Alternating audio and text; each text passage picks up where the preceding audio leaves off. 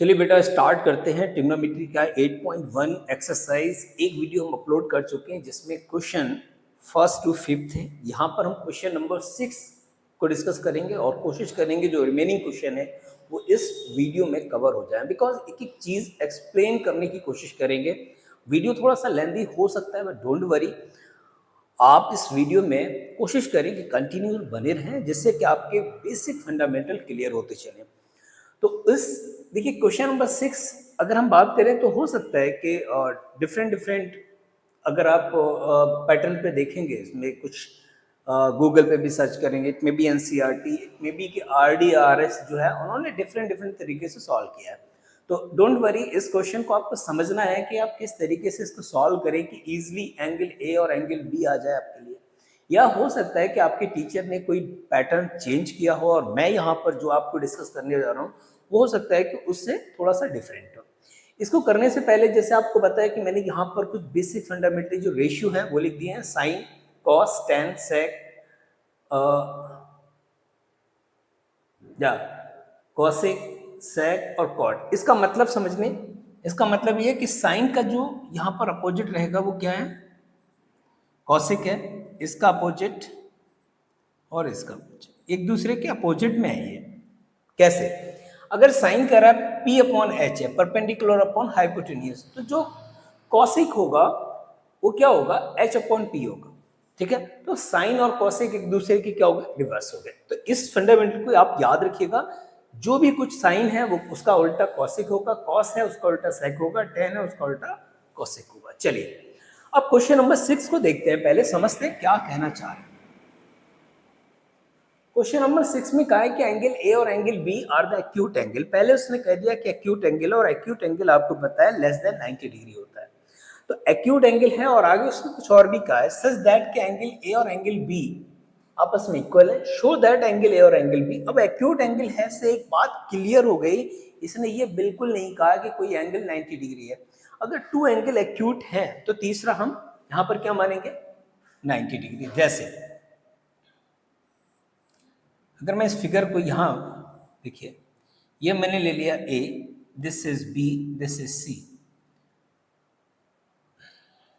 नहीं, हमने लिया है एंगल ए और एंगल बी, एंगल ए और एंगल बी एक्यूट है तो एंगल सी यहाँ पर रहेगा, राइट। अब ये एंगल सी जो है ये 90 डिग्री है, क्लियर है, एंगल सी 90 डिग्री, ये दोनों क्या आपस में एक्यूट है। अब देखो क्या कह रहा है, एंगल ए और एंगल बी आपको प्रूव करना है, जबकि उसने कहा है कि गिवन है दिस वन। तो बहुत ध्यान से समझिएगा, कॉस ए और कॉस बी के रेशियो आपको फाइंड करना है।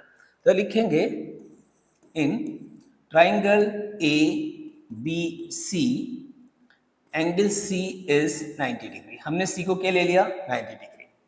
अब जब हम साइन में लेंगे, ध्यान से समझना, जब हम इस साइन में लेंगे, क्योंकि हम ले रहे हैं, देखिए कॉस ए इक्वल है कॉस बी के, ये बेटा ना आपके पास गिवन है और इसी को लेके चलना है आपको। जब ये गिवन है तो आप सोचो कॉस ए निकालने के लिए आपका क्या आता है। पहली चीज समझो कॉस क्या है, बी अपॉन एच है, B for base, H for hypotenuse. तो अगर मैं कॉस ए निकालूं तो हमारे पास बेस कितना है, बेस है कितना, ए सी, तो ये हो जाएगा ए सी अपॉन, और हाइपोटेन्यूज कितना है, ए बी। पहली चीज क्लियर हो गई, इक्वल। अब हमको पता है कॉस बी निकालना है, जब कॉस बी निकालेंगे तो यहाँ एंगल है और इसके सामने क्या होगा, इसके सामने परपेंडिकुलर होगा और ये बेस हो जाएगा। तो जब कॉस बी में निकाल रहे हैं तो अब बेस ये होगा, ध्यान रखना है, जब बेस ये होगा तो हो जाएगा बी सी अपॉन हाइपोटेन्यूज कितना है, ए बी। और ध्यान से समझिएगा, अगर चाहो तो ऐसे भी डायरेक्ट भी कट कर सकते हो, अगर नहीं करना है तो आप क्रॉस मल्टीप्लाई करके तब भी कट कर सकते हैं। हमको पता है कि ए बी और ए बी आपस में कैसे है, सेम है, तो हम लिख सकते हैं कि ए सी इक्वल है बी सी के। अब जरा बेटा सोचो, अगर ये ए सी और बी सी आपस में इक्वल है तो आप एक ट्रिग्नोमेट्री, आपने ट्राइंगल पढ़ा होगा कि अगर साइड इक्वल होती है तो उनके अपोजिट एंगल भी आपस में इक्वल होते हैं। तो इसका मतलब ये हुआ कि एंगल ए इक्वल होगा एंगल बी के। क्यों क्यों होगा आप लिखे होगे same side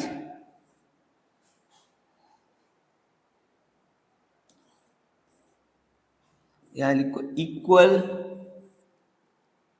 side has equal opposite angle.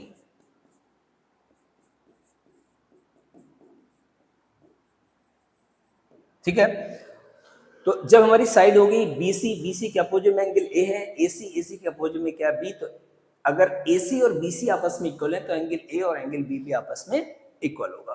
ठीक है, तो ये क्वेश्चन नंबर 6 हुआ। बहुत इजी तरीके से, बस करना क्या था आपको, इस पार्ट पे ध्यान देना है। आपस में इक्वल किए, यहाँ वैल्यू रखी, ए बी से ए बी कट किया, ए सी इक्वल है ए बी।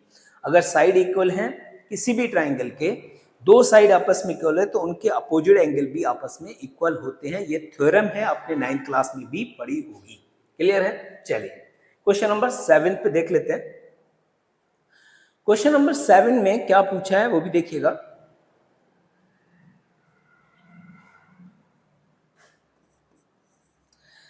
सेवन में कह रहा है कि कॉट ए नहीं कॉट थीटा इक्वल है 7/8। बहुत ध्यान से समझना, कॉट थीटा की वैल्यू दे रखी है। अब ये भाई कॉट थीटा आपको निकालना पड़ेगा, तो कॉट थीटा निकालने के लिए सबसे पहले आप ट्राइंगल बनाओगे। इधर ये आपका थीटा है, this is A, this is B, this is C. Cot होता है tan का अपोजिट, और tan होता है, आपको याद रखनी है, अभी अभी लिखे थे, आप चाहे तो बैक करके देख सकते हैं।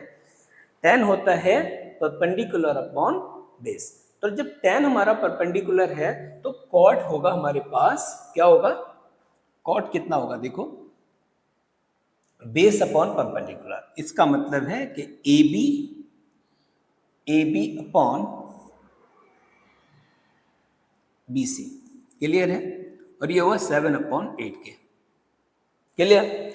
अब देखो ए बी की वैल्यू आप 7 नहीं लिखेंगे क्योंकि ये रेशियो है, तो आप क्या मानेंगे कि ए बी इक्वल है 7K और बी सी इक्वल है 8K के। क्लियर है?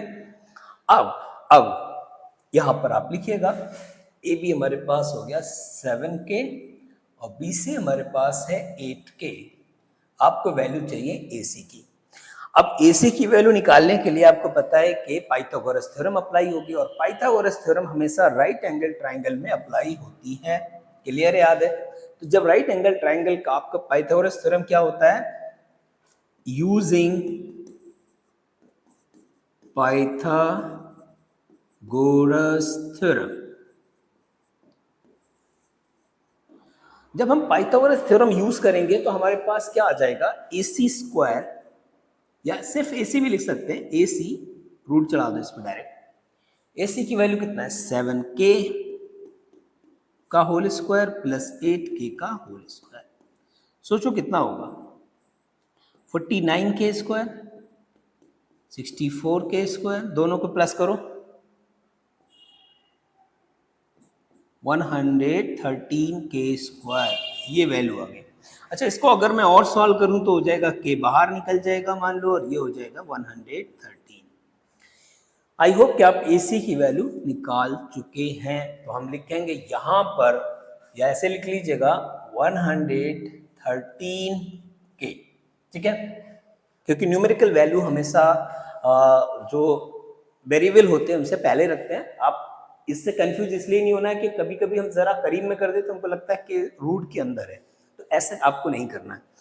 अब देखिए, पाइथागोरस थ्योरम आपके पास हो गई, आपने ए बी बी सी की वैल्यू आपने फाइंड कर ली है। क्वेश्चन आपके पास क्या है, नंबर 1 पे देखिएगा, पहला पार्ट हमारे पास क्या है, कह रहे हैं कि 1 plus sine theta, 1 plus sine theta और 1 माइनस साइन थीटा।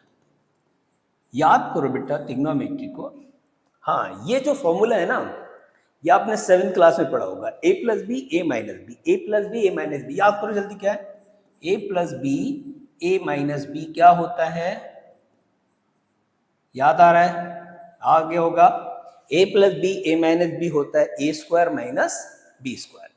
अब a square minus B square, इसका मतलब हम इसको लिख सकते हैं 1 माइनस साइन स्क्वायर थीटा, और इसको कितना लिख सकते हैं, 1 minus cos square theta. I hope कि यहाँ तक क्लियर है। चलिए अब 1 माइनस, हमको यहाँ से वैल्यू चाहिए साइन थीटा की। साइन थीटा होता है हमारे पास, क्या होता है, P upon H, perpendicular upon H। तो हमारे पास कितना है 8k, हम लिखेंगे यहाँ पर 8k अपॉन √113k का होल स्क्वायर। और ध्यान से करिएगा, यहाँ पर लिखेंगे 1 माइनस कॉस, और कॉस हमारे पास होता है 7k यानी कि AB बेस अपॉन हाइपोटेन्यूज। तो हो जाएगा 7k अपॉन रूट में 113k का होल स्क्वायर। ठीक है, अब इसको सॉल्व करोगे तो कैसे हो जाएगा, देखो 1 माइनस, हमने इसको रूट खोलेंगे तो 8 8 जा 64 के स्क्वायर, यहां पर कितना आ जाएगा, रूट से पावर हट जाएगी, के स्क्वायर चल जाएगा, 113 के स्क्वायर। अगर हम और सॉल्व करेंगे इसको, देखो कितना आएगा, चेक करो, ये हो जाएगा आपके पास 1 माइनस 7 7 जा होता है 49 के स्क्वायर 113 के स्क्वायर। यहाँ तक समझ में आ रहा है? अगर यहाँ तक समझ में आ रहा है तो कोई बिल्कुल दिक्कत नहीं होने वाली है आपको। फिर देखो एक लाइन और मैं लिखता हूँ यहाँ पर, के से के कैंसिल कर सकते हैं ना, कर सकते हैं, ऊपर नीचे है तो कर सकते हैं बिल्कुल। अब देखिए यहाँ पर एलसीएम लेंगे तो 113 एलसीएम होगा, 113 की 1 से मल्टीप्लाई करेंगे और -64 करेंगे, तो लिख लेते हैं 113 माइनस 64 अपॉन 113 अपॉन, ये मेन साइड इक्वल का साइन है, अच्छा इसको नहीं लगाना।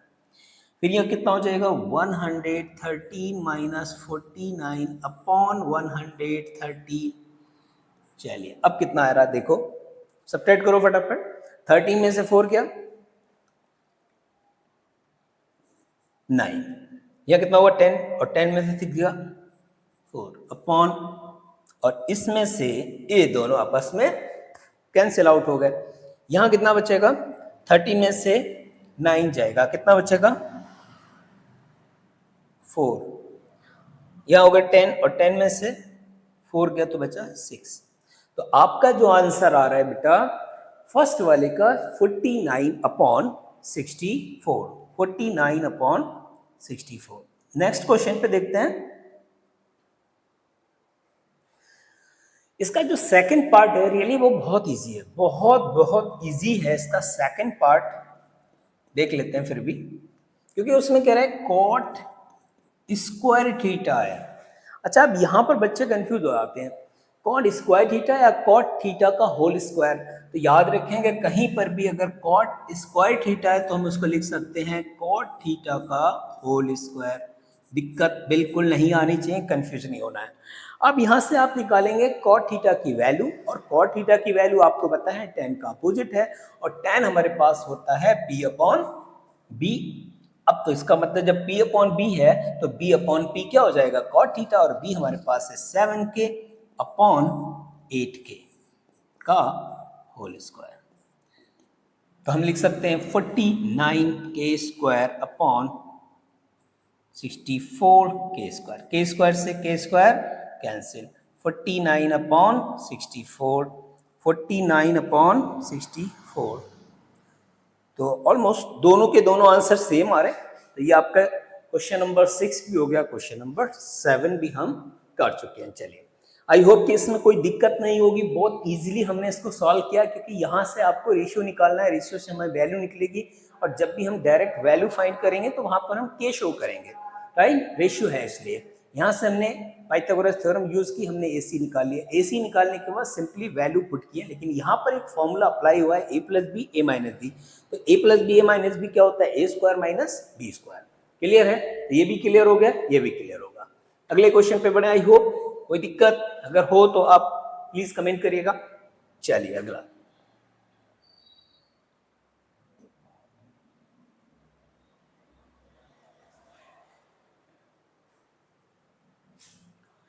Okay, question number 8।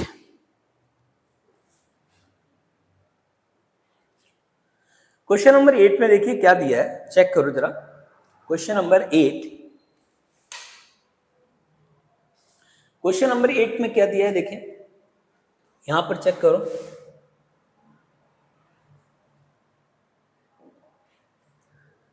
अगर हम क्वेश्चन नंबर 8 की बात करें तो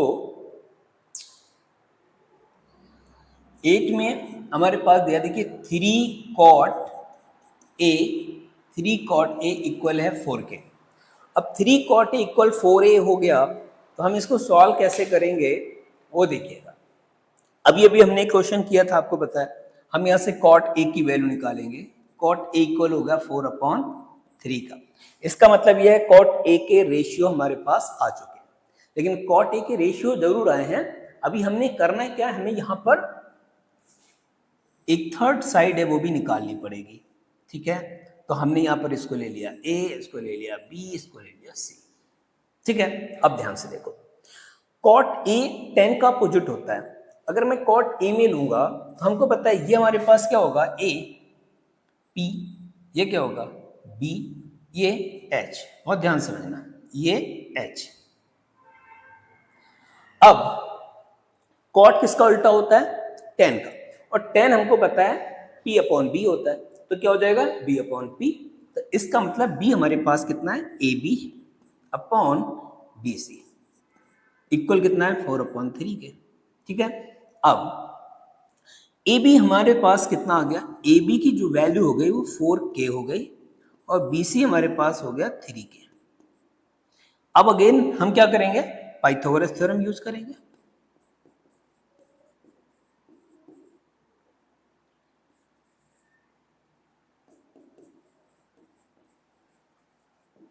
देखिए पाइथागोरस थ्योरम ज्यादा से ज्यादा ट्रिग्नोमेट्री में रेशियो में यूज हुई है, मोस्टली ऑलमोस्ट सारे क्वेश्चनों में।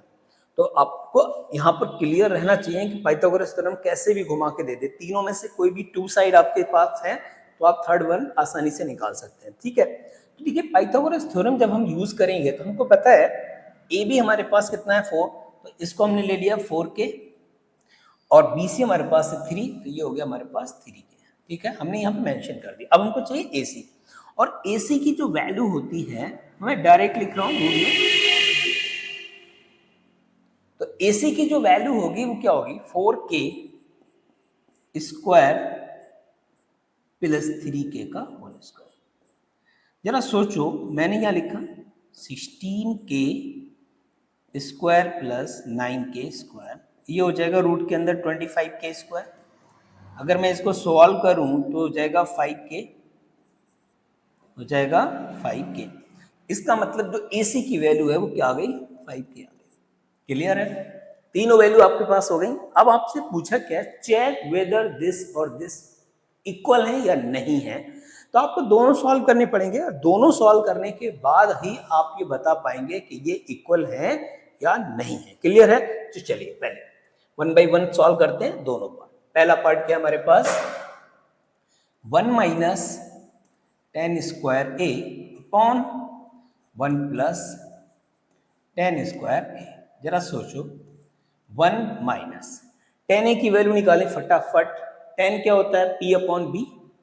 10 क्या होता है, P/B।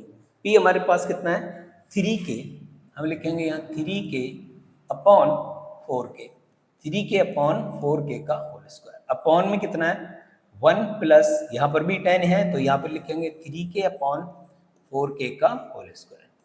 एक और लाइन इसको आगे देखो, 1 माइनस ये हो जाएगा बेटा 9k square upon 4k square upon 1 plus 9k square upon 4k square. आपको पता है मैं k स्क्वायर से k स्क्वायर कैंसिल कर दें, कोई दिक्कत नहीं है। यहाँ पर हमारे पास आएगा 4 बन जा 4, नहीं 4 4 जा 16 हो जाएगा बेटा। अच्छा 4 4 जा 16, तो 16 बन जा 16 माइनस 9 अपॉन 16, यह हो जाएगा 16 प्लस 9 अपॉन 16। तो कुल मिला के इसका आंसर क्या होगा, 16 से ये 16 कैंसिल, तो हमारे पास जो वैल्यू आई है 16 में से 9 जाएंगे, कितने बचेंगे बताओ जरा। अगर मैं 16 में से 9 निकाल दूं तो हमारे पास बचेंगे 7, और 7 अपॉन हो जाएगा 25। ये बेटा किसकी वैल्यू आई है, फर्स्ट वाले पार्ट की। अब ये फर्स्ट वाले पार्ट की वैल्यू आई है। अब हमें ये चेक करना है कि यार इसकी वैल्यू जो हम फाइंड करें तो दोनों की वैल्यू सेम है या नहीं है, ये आपको प्रूव करना था। तो चलिए इसकी भी देख लेते हैं। तो हम लिखेंगे cos square a minus sine square a। Cos की वैल्यू चेक करो क्या होती है यहां से फटाफट। कॉस क्या होता है? Base upon height, hypotenuse. तो b अपॉन एच, b हमारे पास दे रखा है 4k अपॉन 5k का होल स्क्वायर। ये मैं अभी बता चुका हूं। कॉस स्क्वायर ए पे हम कॉस ए का होल स्क्वायर भी लिख सकते हैं, ध्यान रखिएगा, कंफ्यूज नहीं होना है। साइन क्या होता है? p upon H. p हमारे पास कितना है? 3k अपॉन 5k का होल स्क्वायर। सॉल्व करेंगे, 4 4 जा 16 k square 25 k square minus 9k square 25 k square. ठीक है, हमने यहाँ क्या लिखा? इसमें से इसको सब्ट्रैक्ट करेंगे तो 7k स्क्वायर ही बचेगा। यहां पर देख रहे हैं तो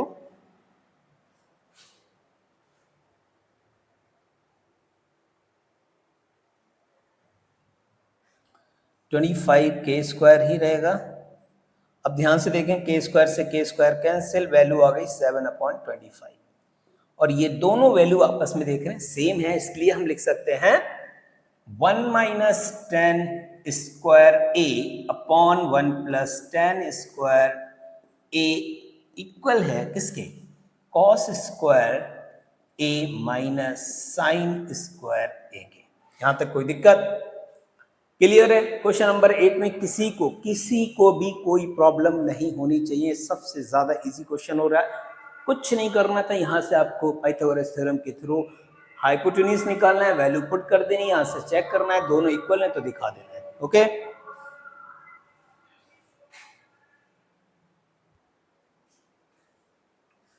क्वेश्चन नंबर 9 को भी देख लेते हैं कैसे करना है इसको। और उम्मीद है कि क्वेश्चन नंबर 9 भी आपकी क्लियरली बिल्कुल समझ में आ जाएगा, बिकॉज यहाँ पर भी हमें वही चीजें रिपीट करनी है। देखिए एक्सरसाइज 8.1 में ना ज्यादातर चीजें रेशियो में जा रही हैं, तो कुछ भी डिफरेंट तो है नहीं। 8.2 और 8.3 में पैटर्न थोड़ा सा चेंज होगा, बट डोंट वरी, वो भी आपके बिल्कुल समझ में आ जाएगा, आपको कंफ्यूज होने की जरूरत नहीं है। देखिए कह रहे हैं ट्राइंगल एबीसी एक राइट एंगल ट्राइंगल है एट बी। इसका मतलब है कि उन्होंने एक राइट एंगल ट्राइंगल लिया है जिसमें कह रहे हैं कि जो बी है ना वो 90 डिग्री है, तो हमने इसको ए मान लिया, इसको सी मान लिया। अब कह रहे हैं जो tan ए है वो क्या है? 1/√3 है। बहुत ध्यान समझिएगा। और tan ए क्या होता है भाई? tan ए होता है BC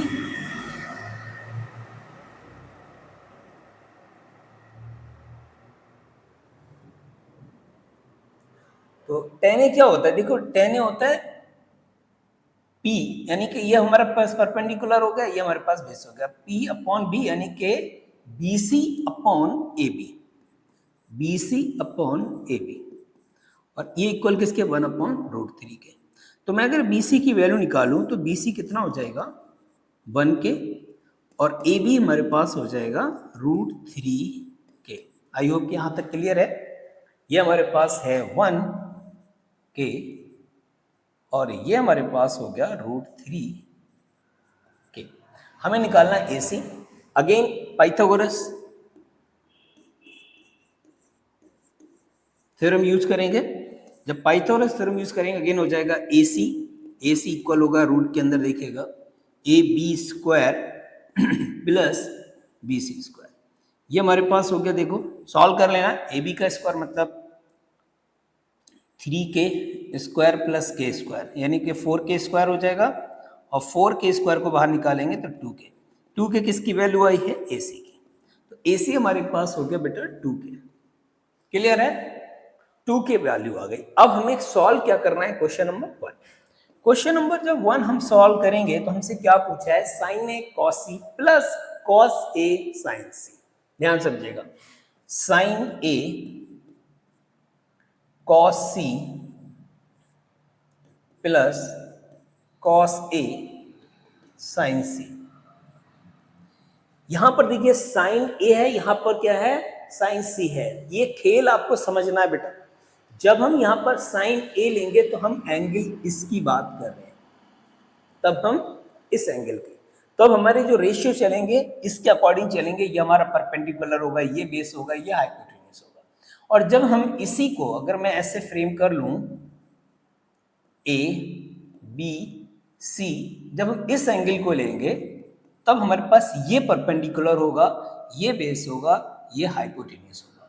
बस अगर इतनी बात समझ में आ रही है तो मुझे उम्मीद है कि अब ट्रिग्नोमेट्री का पहला चैप्टर यानी पहली एक्सरसाइज में आपको कोई प्रॉब्लम नहीं होगी। चलिए, मैंने दोनों अलग अलग फिगर बना दिए जिससे कि आपको दिक्कत ना हो। जब हम इस एंगल में ले रहे हैं साइन ए तो क्या होगा, P upon H, P upon H, और P हमारे पास कितना है 1 अपॉन यानी K अपॉन 2K। मैंने ऐसे लिख दिया, कोई दिक्कत, 2 अपॉन K। जब हम cos C ले रहे हैं, बहुत ध्यान से लीजिए, cos C ले रहे हैं, C ये है और इसके अपोजिट एंगल क्या हो गया, क्या हुआ, परपेंडिकुलर, और ये हमारा बेस है। और cos होता क्या है, बेस अपॉन हाइपोटेन्यूज। अब देखिए बेस कितना है 1, हाइपोटेन्यूज कितना है 2, तो यहां पर भी K अपॉन 2K हो जाएगा प्लस। अब यहां से देखिए cos निकालेंगे और cos हमको पता है बेस अपॉन हाइपोटेन्यूज होता है, तो कितना है √3 upon 2, √3K upon 2K into sine C, यहां से निकालो साइन C, साइन C निकालेंगे क्या होगा, साइन होता है परपेंडिकुलर अपॉन हाइपोटेन्यूज, तो यहां पर देखिएगा √3K, क्योंकि परपेंडिकुलर ये है हाइपोटेन्यूज है, तो √3K अपॉन 2K। अब इसको सॉल्व करना है बेटा आपको। K कितना हो गया, K स्क्वायर, ये हो जाएगा 4K square, 3K square, 4K square. अगर मैं इसको एलसीएम लेके सॉल्व करूं तो कितना आ जाएगा, देखो 4K square upon 4K square, और आपस में कैंसिल आउट हो गए तो कितना बचेगा 1। क्लियर है, तो पहला पार्ट आपका हो गया। चलिए इसी कंडीशन में हम इसका सेकंड पार्ट भी सॉल्व कर लेते हैं। सेकंड पार्ट में भी कुछ ऐसे ही पूछा है, कह रहे हैं cos A cos C minus sine A sine C। Clear है। अब देखो cos A की वैल्यू अभी अभी मैंने निकाली होगी, यहाँ पर cos A की वैल्यू देखो यहां से निकालिए, ये √3K/2K, √3K/2K, cos A निकल गया, cos A, फिर हमने cos C की भी वैल्यू यहां से देखनी है, K/K अपॉन 2K, ये हो जाएगा K upon 2K minus sine A की वैल्यू ढूंढो कितना है, K upon 2K, sine C की वैल्यू हमने यहां निकाली √3K अपॉन में 2K। क्लियर है। अब इसको सॉल्व करो, √3K square upon 4K, √3K square upon 4K, same value है, कुछ फर्क पड़ेगा। आप चाहो तो इसको और डिटेल में हल सॉल्व करें बेटा, कोई दिक्कत नहीं है,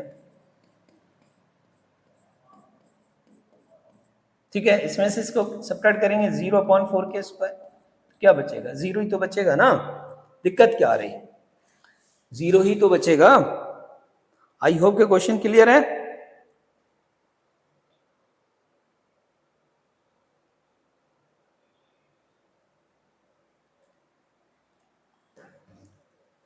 तो क्वेश्चन नंबर देखिए 9 के हमने फर्स्ट और सेकंड दोनों पार्ट कंप्लीट कर लिए। मुझे नहीं लगता भाई इस क्वेश्चन में किसी को भी कोई दिक्कत होने वाली है, बहुत इजी। अगर इसमें भी दिक्कत हो रही तो आगे एक्सरसाइज कैसे समझ में आएंगी, आप भी सोचो, आप है ना। तो अभी इस काम को ना थोड़ा सा अच्छे से समझ के चलो कि आगे कोई दिक्कत ना हो। चलिए एक क्वेश्चन और देख लेते हैं इसका, क्वेश्चन नंबर 10। क्वेश्चन नंबर 10 में हमसे पूछा क्या है, अच्छा क्वेश्चन है, नो डाउट, डिस्कस करेंगे, एग्जाम के पॉइंट ऑफ व्यू से भी इंपॉर्टेंट है, आ जाता है एग्जाम में। तो चलिए समझ लेते हैं पहले इसको क्या कहना है। कह रहे एक ट्राइंगल है PQR, एक PQR ट्राइंगल है जिसमें राइट एंगल क्या है Q पर है। तो हमने एक PQR एक ट्राइंगल लिया, ये हमारे पास क्या है Q, ये हमारे पास हो गया P, ये हो गया R। अब क्या कह रहा है ये PR प्लस QR, इस दोनों की वैल्यू उन्होंने 25 दे रखी है। क्लियर है। और कह रहे हैं PQ जो हमारे पास PQ वो 5 सेंटीमीटर, ठीक है।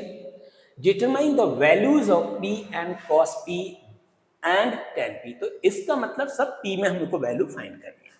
देखो पहले तो हमको ये चेक करना है कि वैल्यू हमारे पास गिवन क्या है, पी क्यू है, ये हमारे पास 5 सेंटीमीटर है, क्लियर। तो मैं अगर इसको x मान लूं चलेगा, कोई दिक्कत। जैसे ही मैंने पी आर को x माना तो पी आर की जगह हमने x रखा प्लस क्यू आर इक्वल 25। तो मुझे क्यू आर मिल जाएगा या नहीं, क्यू आर मिलेगा ना। तो जो मुझे क्यू आर भी मिल चुका है, क्यू आर कितना है देखो 25 माइनस एक्स का ब्रैकेट में लगा दिया। अब तीनों साइड आपको मिल गई, जब तीनों साइड मिल गई तो बाय पाइथागोरस थ्योरम यूज करो। तो क्या हो जाएगा देखो, पी आर स्क्वायर इक्वल होगा P Q square plus Q R square.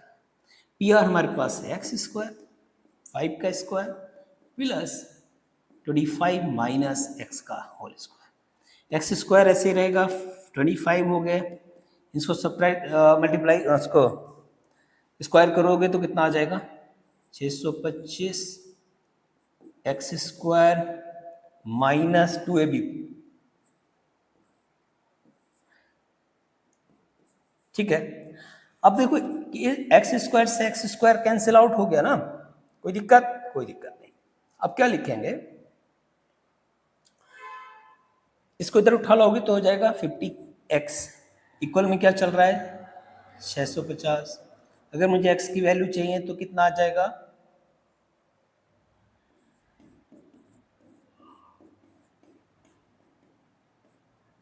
13। x की वैल्यू बेटा 13 आ गई। बहुत ध्यान से समझो, मैंने इसका ना फिगर दोबारा बनानी है समझने के लिए। ये हो गया p, ये q, ये r। जब ये 5 है, x की वैल्यू 13 है, तो यहाँ 25 में से 13 गया तो कितना बचेगा 12। सारी वैल्यू आ गई, क्लियर है। अब ये हमारे पास b है बेस, ये हमारे पास p है परपेंडिकुलर, ये हमारे पास h है हाइपोटेन्यूस। हमें वैल्यू क्या चाहिए, हमें वैल्यू चाहिए साइन p, हमें वैल्यू चाहिए कॉस p और हमें चाहिए टेन p। क्लियर है, आसानी से देखिए निकालेंगे। साइन p कितना होता है p अपॉन h, p हमारे पास है 12 अपॉन 13। कॉस होता है b अपॉन h यानी कि 5 अपॉन 13 और 10 होता है p अपॉन b 12 अपॉन 5। इस तरीके से क्वेश्चन नंबर 10 आपका क्लियर हो चुका है। कुछ भी नहीं है, बस आपको थोड़ा सा ये करना है कि यहाँ पर मान के करना है। वैल्यू आपने क्या करी, मान ली। कि अगर आप यहाँ लिख देना, आपको कंफ्यूज नहीं होना, let P R equal X. ठीक है, इसको एक्स मान लेना। जब इसको x माना, आपको पाइथागोरस थ्योरम मिल गई। पाइथागोरस थ्योरम से x निकल गया, x के बाद आपको p q r q भी आपको निकल गया। r q निकलते आपने तीनों के तीनों रेशियो फाइंड कर लिए। तो एक्सरसाइज 8.1 आपकी ऑलमोस्ट कंप्लीट है। इसका एक क्वेश्चन है, वो आप ट्रू फॉल्स में वो आप खुद कर लीजिएगा। तो ये 8.1 क्लियर है। नेक्स्ट वीडियो में हम 8.2 डिस्कस करेंगे और बहुत इंपॉर्टेंट एक्सरसाइज है 8.2 भी, उसको भी आप लाइटली मत लीजिएगा। बिकॉज 8.1 में रेशियो जरूर थे, बट कुछ क्वेश्चन ऐसे थे जो एग्जाम के पॉइंट ऑफ व्यू से बहुत इंपॉर्टेंट है। Thank you.